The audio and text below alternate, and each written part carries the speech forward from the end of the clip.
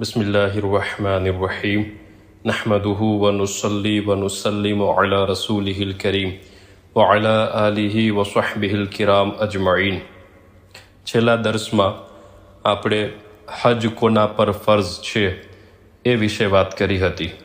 એકવાર જ્યારે નક્કી થઈ જાય કે હજ આપણા ઉપર ફર્ઝ છે અને જવાનું નક્કી થઈ જાય તો પછી હવે આ દર્સમાં આપણે એ વાત કરશું કે હજના સફર પહેલાં શું ધ્યાન રાખવાની છે અને હજના સફર દરમિયાન શું ધ્યાન રાખવાની છે। તો હાજી જ્યારે હજ કરવા જાય તેની પહેલાં તેણે શું કરવાનું છે, તેના માટે શરીયત શું કહે છે, પહેલાં એ જાણીએ। આપણે પહેલા દર્શમાં આ વાત કરી હતી કે હાજીના હજની પહેલાંના ગુનાહ માફ થઈ જાય છે। ગુનાહ બે પ્રકારના હોઈ શકે। પહેલાં તો અલ્લાહના હકોમાં થયેલા ગુનાહ, એટલે કે નમાઝ, રોઝા, ઝકાત વગેરે બાબતોમાં જે કચાશ રહી ગઈ હોય, જે અદા ન કર્યા હોય એ ગુનાહ। અને બીજા બંદાઓના હકોમાં થયેલ ગુનાહ, એટલે કે કોઈનો માલ પચાવી લીધો હોય, કોઈને તકલીફ પહોંચાડી હોય, કોઈ પર જુલમ કર્યો હોય, કોઈ હકદારનો હક અદા ન કર્યો હોય, તો આ બધાય બંદાઓના હકોમાં થયેલ ગુનાહ છે। તો હાજી આ બંને પ્રકારના ગુનાહોથી સાચી તૌબા કરે। સાચી તૌબા માટે એ જરૂરી છે કે વ્યક્તિને પોતાના ગુનાહ પર અફસોસ હોય અને ભવિષ્યમાં એ ગુનાહ પાછું ન કરવાનો પાક્કો ઈરાદો હોય। આ બે વસ્તુ સાથે રાખીને પછી તૌબા કરે તો ઇન્શાઅલ્લાહ આ તૌબા તેને ગુનાહોથી પાક કરી દેશે।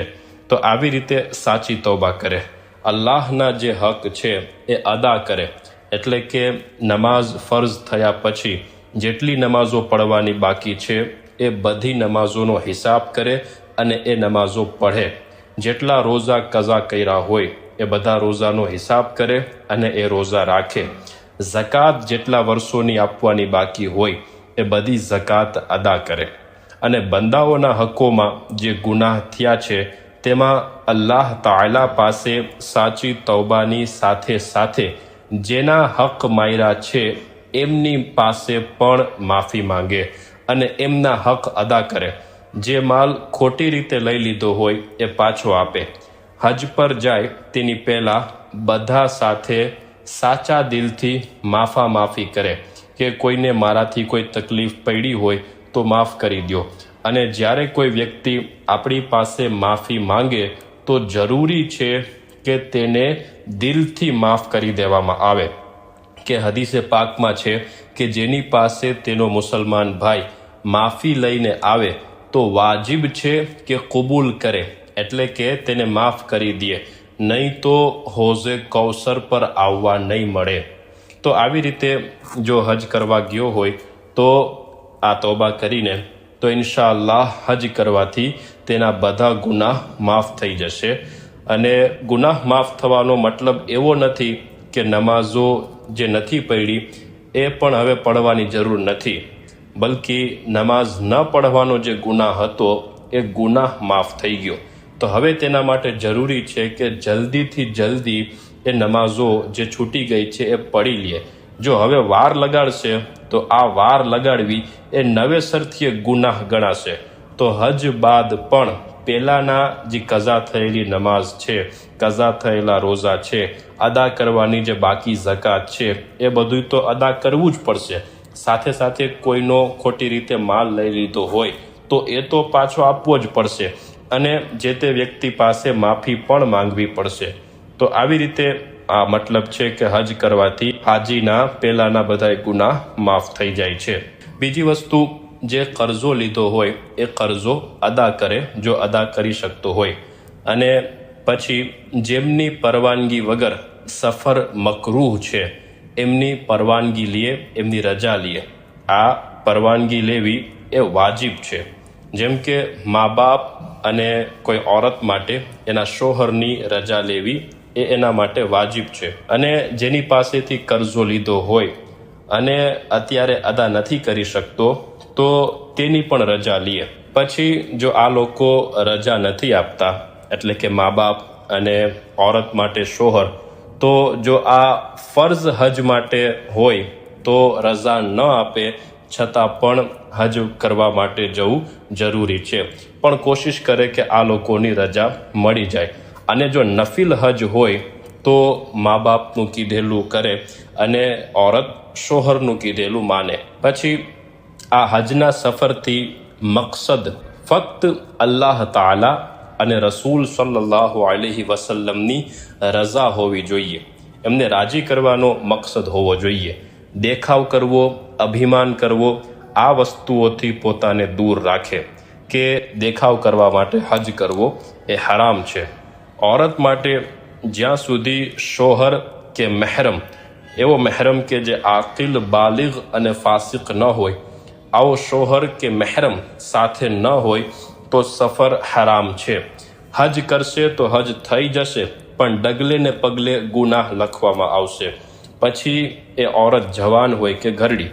આ જમાનામાં औरतो હવે આ વાતની ધ્યાન રાખ્યા વગર સફર પર નીકળી જાય છે. હજનો સફર, ઉમરાનો સફર, બગદાદ શરીફની ઝિયારતનો સફર, અજમેર શરીફનો સફર. યાદ રાખો કે અલ્લાહ તાલાને રાજી કરવાના બદલે નારાજ કરીને પાછી આવશે. ગુનાહોથી પાક થઈને આવવાના બદલે ગુનેહગાર થઈને પાછી આવશે. પછીનો મુદ્દો છે કે સફરનો જે ખર્ચ છે એ સફર ખર્ચ હલાલ માલથી લે.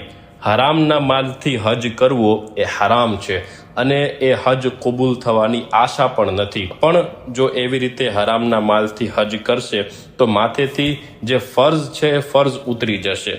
તો જો પોતાના માલમાં કોઈ શંકા હોય તો બીજા પાસેથી કર્જો લે અને એ કર્જો લઈને હજ કરવા જાય અને પોતાના માલથી પછી એ કર્જો અદા કરી દે. આવી રીતે કરે. આના પછીનો મુદ્દો, જરૂરિયાતથી થોડુંક વધારે સામાન લે કે પોતાના સાથીઓ અને ફકીરો પર સદકો કરતો જાય. આવી રીતે કરવું એ હજ્જે મબરૂરની નિશાની છે. હજ્જે મબરૂર એટલે એવો હજ કે જેમાં ગુનાહથી બચવામાં આવે, દેખાવ કરવાથી બચવામાં આવે. એવો હજ કે જેમાં હજ બાદ હાજી મરવા સુધી ગુનાહોથી બચે. એ હજ કે જેમાં હાજીનું દિલ નરમ થઈ જાય અને એના દિલમાં લાગણી અને આંખમાં ભીનાશ આવી જાય. એ હજ કે જેના પછી હાજી દુનિયાથી દિલથી દૂર થઈ જાય અને આખિરત તરફ તેનું દિલ વળી જાય. એવા હજને હજ્જે મબરૂર કહેવામાં આવે છે. તો એની એક નિશાની એ પણ છે કે પોતાના સાથીઓ અને ફકીરો પર સદકો કરે, એમને ખવડાવે પીવડાવે. તો સામાન લેવામાં આ વસ્તુનું ધ્યાન રાખવું કે એરોપ્લેનમાં વજનની એક લિમિટ હોય છે. એ લિમિટથી વધારે જો વજન સાથે લઈ જવામાં આવે તો ત્યાંથી લઈ જવા દેવામાં આવતું નથી. માટે અહીંથી લઈ જવાના બદલે ત્યાં જઈને પછી ખાવા પીવાની વસ્તુ ખરીદીને અને પોતાના સાથીઓ અને ફકીરો પર ખર્ચ કરવામાં આવે. અને સફરમાં મસલા મસાઇલ માટે કોઈ કિતાબ પણ સાથે રાખે. અને સફરમાં સુન્નત એ છે કે અરીસો, સુરમો, દાંતિયો, મિસવાક આ સાથે રાખે અને એકલો સફર ન કરે. દીનદાર સારો સથવારો મળી જાય તો એ વધારે સારું છે. પછી સફરના કપડાં પહેરીને ઘરમાં 4 રકાત નફિલ નમાઝ પઢે. આ નમાઝ પાછા આવવા સુધી તેના ઘરના સભ્યોની અને માલની હિફાજત કરશે. ઘરેથી નીકળતા પહેલા અને નીકળ્યા પછી કંઈક સદકો કરે. દુરૂદ શરીફ વધારે ને વધારે પડે. ઘરેથી નીકળે તો એવું વિચારે કે જાણે દુનિયાથી જઈ રહ્યો છે અને જતી વખતે આ દુઆ પઢે, અલ્લાહુમ્મા ઇન્ના નઉઝુ બિકા મિન વઅસાઇ સફરી વ કઆબતિલ મુનકલબી વ સૂઇલ મંઝરી ફિલ અહલી વલ માલી વલ વલદી.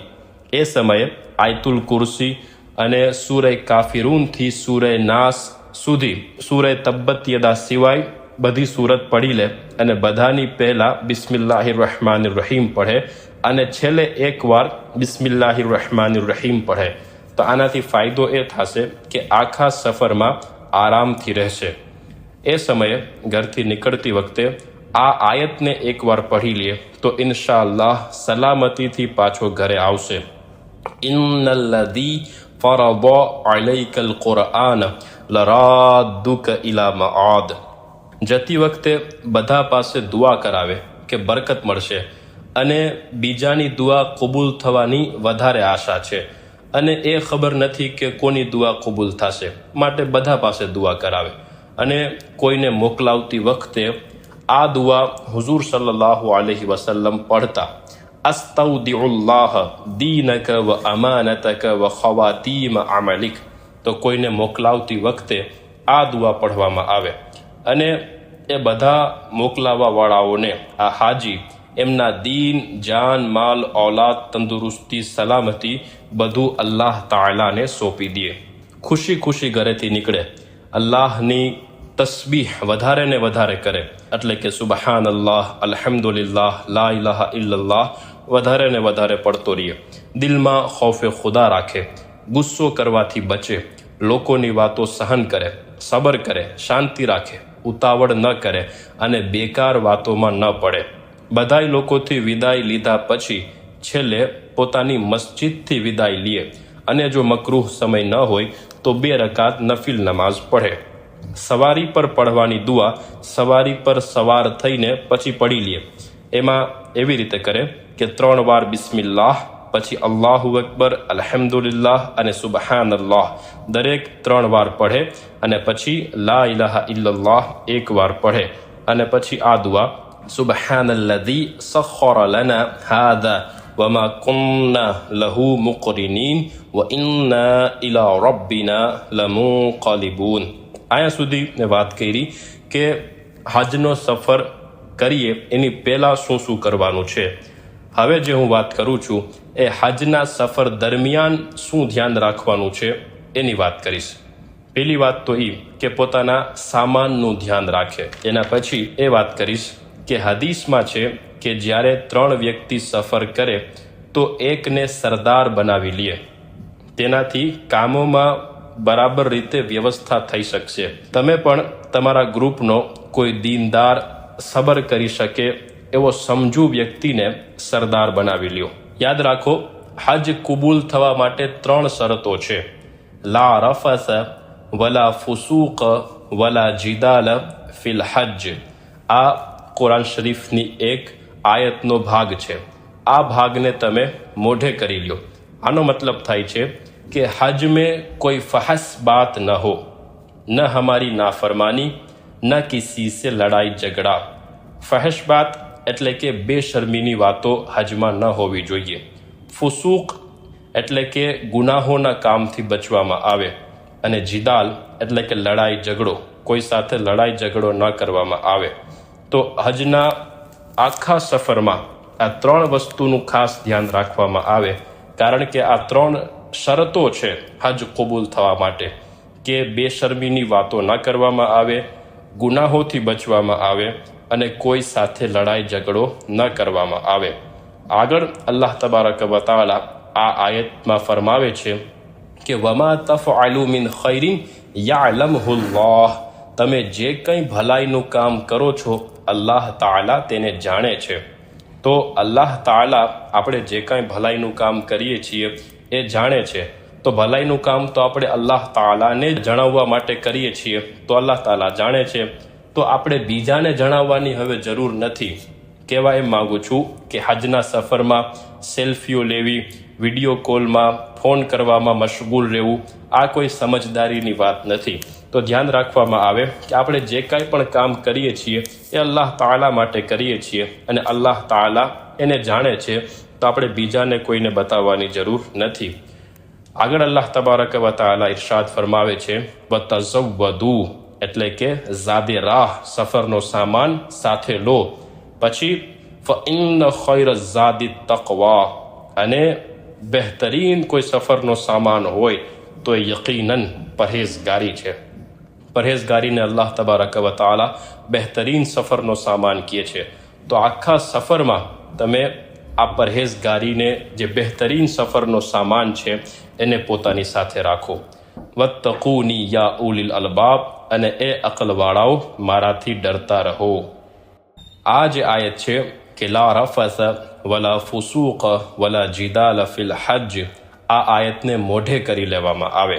અને જ્યારે પણ ગુનાહ કરવાનો વિચાર આવે કે ક્યાંય ઝઘડો થાય એવું લાગતું હોય તો તરત જ માથું નીચું કરીને દિલ તરફ ધ્યાન કરો અને આ આયતની તિલાવત કરો અને 1-2 વાર લા હૌલા વલા કુવ્વત ઇલ્લા બિલ્લાહ પઢો, ઇન્શાઅલ્લાહ એ વાત દૂર થઈ જશે. આ લડાઈ ઝઘડાવાળી વાતનું ખાસ ધ્યાન રાખવામાં આવે, કારણ કે હજના સફરમાં આવી પરીક્ષાઓ ઘણી બધી થાય છે. તો હોશિયાર રહેવામાં આવે, ક્યાંક એવું ન થાય કે મોઢામાંથી 1-2 શબ્દો એવા નીકળી જાય અને બધી મહેનત અને પૈસા આપણા બરબાદ થઈ જાય. બીજું, અરબના માણસો સાથે ખાસ અદબ અને નરમીનું વર્તન કરવામાં આવે. જો આમ કરવામાં આવશે તો શફાઅત નસીબ થવાનો વાયદો કરવામાં આવ્યો છે. આપણા માણસો ત્યાં જઈને અરબના લોકોને હિકારતથી અરબા એવું કહે છે. તો આ વસ્તુથી બચવામાં આવે અને અદબથી, નરમીથી તેમની સાથે વર્તન કરવામાં આવે. નમાઝોનું ખાસ ધ્યાન રાખવામાં આવે. એક પણ નમાઝ કઝા ન થવી જોઈએ કે જેની બારગાહમાં આપણે જાય છીએ, રસ્તામાં એની જ નાફરમાની કરતા જાય તો પછી અલ્લાહ તાલા રાજી થશે કે નારાજ થશે. બલકે નિયત કરી લ્યો કે હવે જીવનમાં ક્યારેય પણ નમાઝ કઝા નહીં થાય. સફરની હાલતમાં મુસાફિર માટે નમાઝમાં કસર કરવું વાજિબ છે. તો મુસાફિર માટે નમાઝના હું મસાઇલ ટૂંકમાં અહીંયા બયાન કરું છું. હાજીઓને ઘણીવાર એ ખબર નથી હોતી કે મારે નમાઝમાં કસર કરવાની છે કે પૂરી પઢવાની છે. તો આ મસાઇલ સમજી લેવાથી ઇન્શાઅલ્લાહ આ પ્રશ્ન નહીં થાય. કસર કરવાનો મતલબ છે કે 4 રકાતવાળી જે ફર્ઝ નમાઝ છે એને 2 રકાત પઢવામાં આવે. બાકી જે સુન્નત છે, નફિલ છે, વાજિબ છે, એ બધી સામાન્ય રીતે જેમ પડતા હોય એમ જ પડવાની છે. એમાં કસર નથી.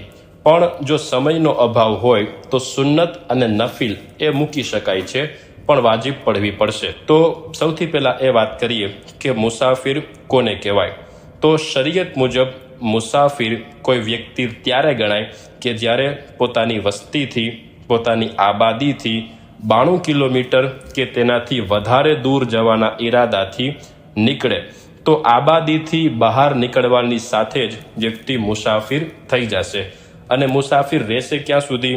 તો વ્યક્તિ ત્યાર સુધી મુસાફિર છે જ્યાર સુધી પોતાના શહેર કે ગામમાં પાછો ન આવી જાય, અથવા તો કોઈ એક શહેર કે ગામમાં પૂરા 15 દિવસ રોકાવાની નિયત ન કરી લે, ત્યાં સુધી આ વ્યક્તિ મુસાફિર છે. અને મુસાફિર માટે કસર વાજિબ છે.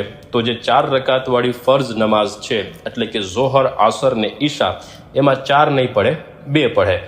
અને જો જમાતથી પડતો હોય તો જમાતમાં એની વિગત આવી રીતે છે કે જો પોતે મુસાફિર છે અને ઇમામ મુસાફિર નથી તો ઇમામ તો સ્વાભાવિક છે પોતાની 4 રકાત પૂરી પડશે. તો આ મુક્તદી પણ, જે આ મુસાફિર જે ઇમામની પાછળ પડી રહ્યો છે, એ પણ ઇમામની સાથે સાથે 4 રકાત પૂરી નમાઝ પડશે. પણ હવે જો પરિસ્થિતિ ઉલટી છે, મતલબ કે ઇમામ મુસાફિર છે અને પાછળ જે મુક્તદી છે એ મુસાફિર નથી, તો એવા કેસમાં ઇમામ તો પોતાની 2 રકાત પડીને સલામ ફેરવી દેશે અને પાછળ જે ઇમામની પડવાવાળો છે જો એ મુસાફિર નથી તો એને 4 રકાત નમાઝ પઢવી પડશે. તો એ ઇમામની સાથે સલામ ન ફેરવે અને ઇમામ સલામ ફેરવી લે, એના બાદ પોતાની જે 2 રકાત બાકી છે એ પડવા માટે ઊભો થઈ જાય. અને કયામમાં, એટલે કે ઊભા જ્યારે રહેતા હોય ત્યારે જે પઢવાનું છે એ કાંઈ પઢવાનું નથી. અને ત્યારે જેટલી વારમાં પઢવામાં આવતું હોય એટલી વાર મૂંગું ઊભું રહેવાનું છે અને પછી રૂકુ સજદા કરીને 2 રકાત નમાઝ પૂરી કરવાની છે. તો જમાતમાં આવી રીતે કરવાનું છે. તો આ મસાઇલ ખૂબ અગત્યના છે. આ મસાઇલને ધ્યાનમાં રાખવાથી ઇન્શાઅલ્લાહ એ કન્ફ્યુઝન નહીં થાય કે મારે કસર નમાઝ પઢવાની છે કે પૂરી નમાઝ પઢવાની છે. ટૂંકમાં આમ સમજો કે પોતાના ગામ અથવા શહેરથી બહાર થયો એટલે કસર કરવાનું શરૂ કરી દે. હજ શરૂ થાય તે પહેલાં, એટલે કે 8 ઝિલહજ પહેલાં જો પૂરા 15 દિવસ મક્કા શરીફમાં રોકાવાનું થતું હોય તો મક્કા શરીફ પહોંચીને કસર કરવાનું બંધ કરી દે અને નમાઝ પૂરી પડે. અને હજમાં પણ, એટલે કે મીના, આરફાત, મુઝદલિફામાં પણ પૂરી નમાઝ પડે. પણ જો હજ શરૂ થાય તે પહેલાં, એટલે કે 8 ઝિલહજ પહેલાં મક્કા શરીફમાં પૂરા 15 દિવસ રોકાવાનું થતું નથી, તો આ વ્યક્તિ મક્કા શરીફ પહોંચ્યા પછી પણ કસર જ કરશે અને મીના આરફાત મુઝદલિફામાં પણ કસર જ કરશે. મીના આરફાત મુઝદલિફા શું છે એ ઇન્શાઅલ્લાહ આગળના દર્સોમાં એની વાત આવશે. હવે હજ પૂરી થઈ ગઈ એના પછી પાછા મક્કા શરીફ આવીને જો પૂરા 15 દિવસ મક્કા શરીફમાં રોકાણ થતું હોય તો મક્કા શરીફ પાછા આવીને કસર કરવાનું બંધ કરી દેશે અને પૂરી પડશે. અને જો પૂરા 15 દિવસ રોકાવાનું નથી થતું તો પાછા મક્કા શરીફ આવીને પણ કસર જ કરશે. અને મક્કા શરીફથી મદીના શરીફ જાય ત્યારે પણ રસ્તામાં અને મદીના શરીફ પહોંચીને પણ કસર નમાજ જ પડશે, કારણ કે મદીના શરીફમાં 8 દિવસ જ રોકાવાનું મળે છે. તો હવે જ્યાં સુધી મદીના શરીફથી પાછા પોતાના ગામ કે શહેરમાં ન આવી જાય ત્યાં સુધી કસર જ પડશે.